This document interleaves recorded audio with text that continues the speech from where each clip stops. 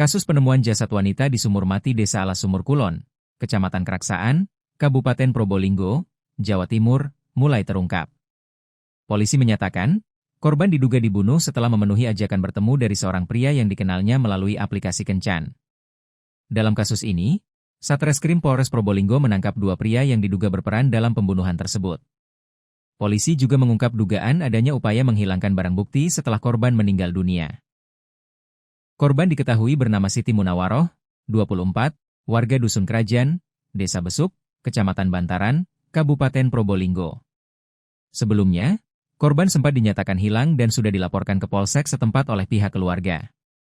Dalam kasus ini, Satreskrim Polres Probolinggo dan Polsek Keraksaan mengamankan 2 pelaku, yakni Rofik, 26, dan Humaidi, 19. Keduanya merupakan warga Desa Alas Kandang, Kecamatan Besuk, Kabupaten Probolinggo.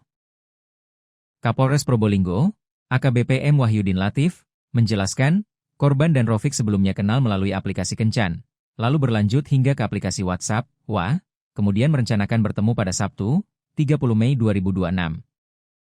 Sekitar pukul 20 WIB korban dan 2 pelaku ini bertemu di wilayah kota Probolinggo dengan maksud mengajak korban ke rumahnya untuk bertemu atau dikenalkan dengan orang tua pelaku, kata AKBP Latif, Sabtu, 4 Juli 2026. Saat hendak ke rumah pelaku, lanjut AKBP Latif, korban dibonceng oleh pelaku bernama Rofik dengan mengendarai sepeda motor korban. Sedangkan 1 pelaku lainnya, mengendarai sepeda motornya sendiri. Sesampainya di TKP penemuan, pelaku berhenti dengan alasan ingin buang air kecil. Setelah buang air kecil itulah, pelaku langsung menjerat leher korban menggunakan tali yang sudah disiapkan, ujar AKBP Latif. Setelah memastikan korban meninggal dunia, jasad korban kemudian disembunyikan di semak-semak kebun pisang sekitar atau jasad korban tidak langsung dibuang ke sumur, imbuhnya. Setelah menyembunyikan jasad korban, menurut AKBP Latif, kedua pelaku lalu menuju Desa Alas Kandang, Kecamatan Besuk, untuk membongkar kendaraan korban.